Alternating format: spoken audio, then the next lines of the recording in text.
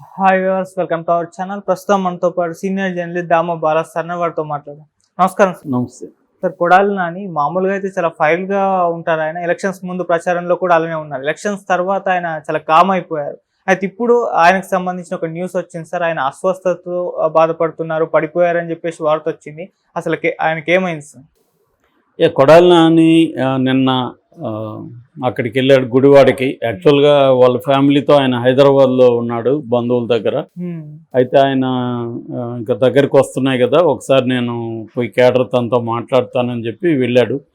So వెళ్ళి అక్కడ ఒక మండల వాళ్ళతో కూర్చొని అక్కడ ఎట్లా జరిగింది, పోలింగ్ సరళి ఏంటి, ఎట్లా వేశారు ఏంటి, ఇవన్నీ మాట్లాడుతున్నప్పుడు సడన్గా ఆయన సోఫాలో కుప్పగూలిపోయాడని చెప్తున్నారు. ఇమీడియట్గా ఆయనకి ఫస్ట్ ఎయిడ్ చేసి ఆయన హాస్పిటల్కి తీసుకెళ్లారు. హాస్పిటల్లో తీసుకెళ్తే ఈయనకి ఏం ప్రాబ్లం లేదు, ఆయన మెంటల్గా బాగా డిస్టర్బ్డ్గా ఉన్నాడు, దానివల్ల ఇబ్బంది అయింది. కాబట్టి మెంటల్గా ఆయన్ని కొంత డిస్టర్బ్ కాకుండా చూసుకోండి అనేది చెప్పి బాగా వీక్గా ఉన్నాడు కాబట్టి సెలైన్ ఎక్కించారు. సెలైన్ ఎక్కించి కాసేపు అయినాక ఆయన్ని పంపించినట్టుగా తెలుస్తుంది. బట్ వాళ్ళ భార్య, వాళ్ళ పిల్లలు వాళ్ళు ఇమీడియట్గా హైదరాబాద్ నుంచి గుడివాడ వెళ్ళి హాస్పిటల్లో వాళ్ళతో మాట్లాడి వాళ్ళు ఇప్పుడు హైదరాబాద్కి ఆయన అక్కడ ఉంటే ఎవరో ఊరు కలుస్తారు, ఏదో ఒక టెన్షన్ ఉంటుంది. సో హైదరాబాద్కి తీసుకొచ్చేసి కౌంటింగ్ ముందు వరకు కూడా ఇక్కడే పెడదామనేది వాళ్ళ ప్లాన్ అనమాట. ఎందుకంటే ఆయనకి ఆల్రెడీ కొంత ఆరోగ్య సమస్యలు ఉన్నాయి. ఇంతకుముందు ఆయనకి క్యాన్సర్ అని కూడా ఒక పుకారు క్రియేట్ అయింది. బట్ అది అబద్ధం అనేది ఆయన తర్వాత చెప్పాడు. బట్ ఆయనకి కొంత బీపీ కావచ్చు, లేకపోతే ఏమన్నా అట్లాంటి ఇష్యూస్ ఉన్నట్టుగా ఉంది. సో దానివల్ల ఇది కూడా జరిగి ఉండొచ్చు. మామూలుగానే సైకోసోమాటిక్ ఇవి అంటారు అన్నమాట లక్షణాలు. సైకోసోమాటిక్ అంటే మనం మానసికంగా బాగా ఆందోళనకు గురైనప్పుడు దాని ఎఫెక్ట్ మన బాడీ మీద పడుతుంది అన్నమాట. అంటే ఫర్ ఎగ్జాంపుల్ ఇప్పుడు మనం ఏదైనా ఒక బాగా టెన్షన్ అవుతుంటే సడన్గా మనకి బ్యాక్ పెయిన్ వచ్చేయచ్చు, మెడ నొప్పి రావచ్చు. ఇలాంటి ఎఫెక్ట్లు కూడా చాలా జరుగుతుంటాయి. అదేంటంటే మెంటల్ ప్రెజర్ అనేది మైండ్కి బాడీకి రిలేషన్షిప్ ఉంటుంది కాబట్టి ఆ మెంటల్ ప్రెజర్ అనేది ఫిజికల్గా కూడా ఎఫెక్ట్ అవుతారు. అందుకని చాలామంది మెంటల్గా మీరు సౌండ్ మైండ్ ఉంటే సౌండ్ బాడీ ఉంటుంది అనేది చెప్తుంటారు. రివర్స్ కూడా చెప్తుంటారు, సౌండ్ బాడీ ఉంటే సౌండ్ మైండ్ ఉంటుంది. సో ఈ రెండింటికి ఉన్న కొరిలేషన్ అటువంటిది. సో ఈయన ఇప్పుడు బాగా ఆందోళన చెందుతున్నట్టుగా అర్థమవుతుంది. మేబీ చాలామంది ఎమ్మెల్యే అభ్యర్థుల పరిస్థితి ఇదే ఉండొచ్చు. అందుకని చంద్రబాబు లాంటి వాళ్ళు కానీ, జగన్ లాంటి వాళ్ళు కానీ రోజు యోగాను, తర్వాత ఎక్సర్సైజెస్, మెడిటేషన్ ఇవి ఎందుకు చేస్తారంటే ఈ టెన్షన్ని వాళ్ళు ఛానలైజ్ చేసుకోవాలి ఎప్పటికప్పుడు. లేకపోతే ఏమవుతుందంటే ఆ ప్రెజర్ బాడీ మీద పడడం, హెల్త్ మీద పడడం అనేది జరుగుతుంది. చాలామందికి ఇవాళ ఈ సైకోసోమాటిక్ డిసీజెస్ బాగా పెరిగాయని నేను ఆ మధ్యన ఒక బుక్ చదివాను. ఆ బుక్లో మొత్తం డేటా చూసుకున్నప్పుడు విపరీతంగా వరల్డ్ లెవెల్లో సైకోసోమాటిక్ డిసీజెస్ బాగా పెరిగాయని చెప్తున్నారు. మామూలు హాస్పిటల్కి వెళ్తేమో మనల్ని శరీరాన్ని వాడు డీల్ చేస్తాడు కాబట్టి మైండ్ని వాడేం చేయడు. సో ఇట్లాగా అడ్వైజ్ ఇచ్చి చూరుకుంటారు, నువ్వు టెన్షన్ పడుతున్నావు, టెన్షన్ తగ్గించుకోండి. అతను తగ్గించుకోలేక కదా అది వచ్చేది. తగ్గించుకోవాలంటే సైకాట్రిస్ట్ దగ్గరికి, సైకాలజిస్ట్ దగ్గరికి వెళ్ళాలి. అది మనకి ఇంకా ఈ కల్చర్ డెవలప్ కాలేదు.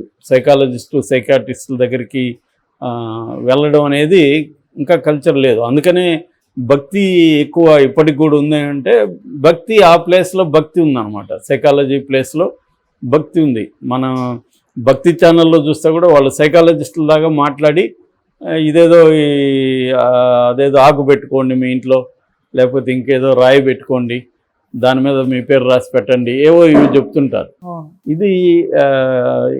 ఇది పనిచేయదు. ఎందుకు పనిచేయదు అంటే అది బిలీఫ్ ఉన్నంత వరకు పనిచేస్తుంది కొంతవరకు. ఎందుకంటే అది రాయి పెట్టినాక అమ్మయ్య మన సమస్యలు సాల్వ్ అవుతాయని అనుకుంటాడు. కానీ మైండ్లో ఉన్న సమస్య బయటకు వెళ్ళదు కదా.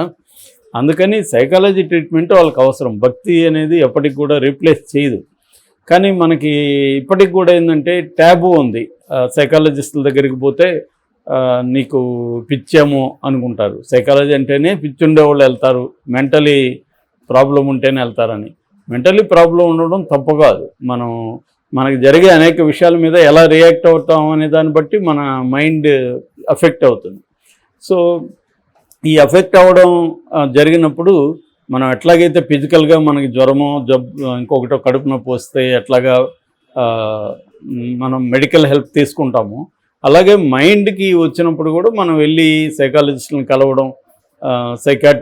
సైకాలజిస్ట్కి బేసిక్ ఏంటంటే సైకాలజిస్టు మెడిసిన్స్ ఇవ్వడానికి ఆయనకి అధికారం ఉండదు. ఎందుకంటే తను ఎంబీబీఎస్ చదువు ఉన్నాడు. సైకాట్రిస్ట్ ఎంబీబీఎస్ చదివినాక సైకాట్రీ చదువుతారు. అందుకని they can prescribe drugs also. So ఇవాళ న్యూరో సైన్స్ కానీ మైండ్కి సంబంధించిన రీసెర్చ్ కానీ బాగా అడ్వాన్స్డ్ డెవలప్ అయింది. అందుకని బ్రహ్మాండమైన మెడికేషన్స్ కూడా ఉన్నాయన్నమాట. సో అందుకని మనకి మరీ సివియర్గా ఉన్నప్పుడు ఖచ్చితంగా మనం సైకాట్రిస్ట్ని కలవాలి. ఇప్పుడు ఈయన కూడా నాకు తెలిసి ఈయన మంచి సైకాట్రిస్ట్ని కలిసి కొంత మెంటల్ డిస్టర్బెన్స్కి కూడా ఆయన కొంత మెడికేషన్ వాడితే మంచిది. ఎవరు కొడాలి నాని కూడా. ఎందుకంటే ఈయనకే కదా, అందరికీ ప్రెజర్ ఉంటుంది. బాగా టైట్ ఉంది, స్వీపింగ్ లేదు. స్వీపింగ్ ఉంటే వీళ్ళు ఆనందంగా ఉండేవాళ్ళు, ఓడిపోతాం అనుకున్న వాళ్ళు కూడా ఎట్లాగో ఓడిపోతాంలే అనుకుని ప్రశాంతంగా ఉండేవాళ్ళు. స్వీప్ లేదు కాబట్టి టైట్ ఉంది. టైట్ ఉన్నప్పుడు ఏమవుతుందంటే డబ్బులు రకరకాల ఫ్యాక్టర్స్ ఇన్ఫ్లుయెన్స్ చేస్తాయి. డబ్బులు పంచారు వీళ్ళు, ఇప్పుడు డబ్బులు పోతుంది. ఓడిపోతే ఆ డబ్బులు వీళ్ళు పెట్టిన 20-30 కోట్లు మినిమం పెడుతున్నారు ఈ మధ్య. అది 50 నుంచి 100 కోట్లకు కూడా వెళ్తుంది. సో ఇంత డబ్బులు ఎలా రికవర్ అవుతుంది? సో ఇది మేజర్ టెన్షన్ రాజకీయాలు. మనం అనుకుంటాం కానీ రాజకీయ నాయకులు ఏదో బ్రహ్మాండంగా సంపాదించేస్తున్నారని. అందరూ సంపాదించలేరు. చాలామంది డబ్బులు పోగొట్టుకునే పరిస్థితి కూడా చాలా వాటిలో ఉంటుంది. అందుకనే ఇప్పుడు ఏంటంటే మొన్న కూడా మనం విన్నాం, వీళ్ళ అనుచరుడు ఒక ఆయన వీడియో చేశాడు. సార్ చాలా చోట్ల డబ్బులు తీసుకొని వాళ్ళు కింది స్థాయిలో పంచలేదు, మధ్యలో తినేశారు, వాళ్ళ మీద మీరు కుక్కలకి ఇచ్చండి అని, కుక్కల్ని పంపించండి అని వీళ్ళ తమ్ముడు నాని వాళ్ళ తమ్ముడు చిన్ని అనుకుంటాను, ఆయనకి అడ్రస్ చేస్తూ అతను వీడియో చేశాడు. అది కూడా వైరల్ అయింది. అంటే ఇక్కడ ఏంటంటే వీళ్ళ టెన్షన్ అర్థమవుతుండేది. వీళ్ళు డబ్బులు ఇచ్చారు మీడియేటర్స్కి, మధ్యలో ఉన్న వాళ్ళకి. అంటే స్థానిక లీడర్లు ఉంటారు, వీళ్ళకి డబ్బులు ఇస్తారు. వీళ్ళు కదా పంచాలి, వీళ్ళు ఇంటింటికి పంచలేరు కదా. ప్రతి చోట స్థానిక నాయకులకి డబ్బులు ఇస్తారు. మీరు ఈ 2 విలేజ్లో 2 వార్డులో పంచండి అని. వాళ్ళు వెళ్ళి అక్కడక్కడ 2-3కి ఇచ్చేసి వచ్చేస్తారు. ఆ డబ్బులు వాళ్ళు నొక్కేస్తారు. సో అది వీళ్ళు తెలిసినా కూడా వాళ్ళని ఏమి చేయలేరు. ఇటువంటి ఇష్యూస్ ఉంటాయి. సో అందువల్ల టెన్షన్ ఉంటుంది.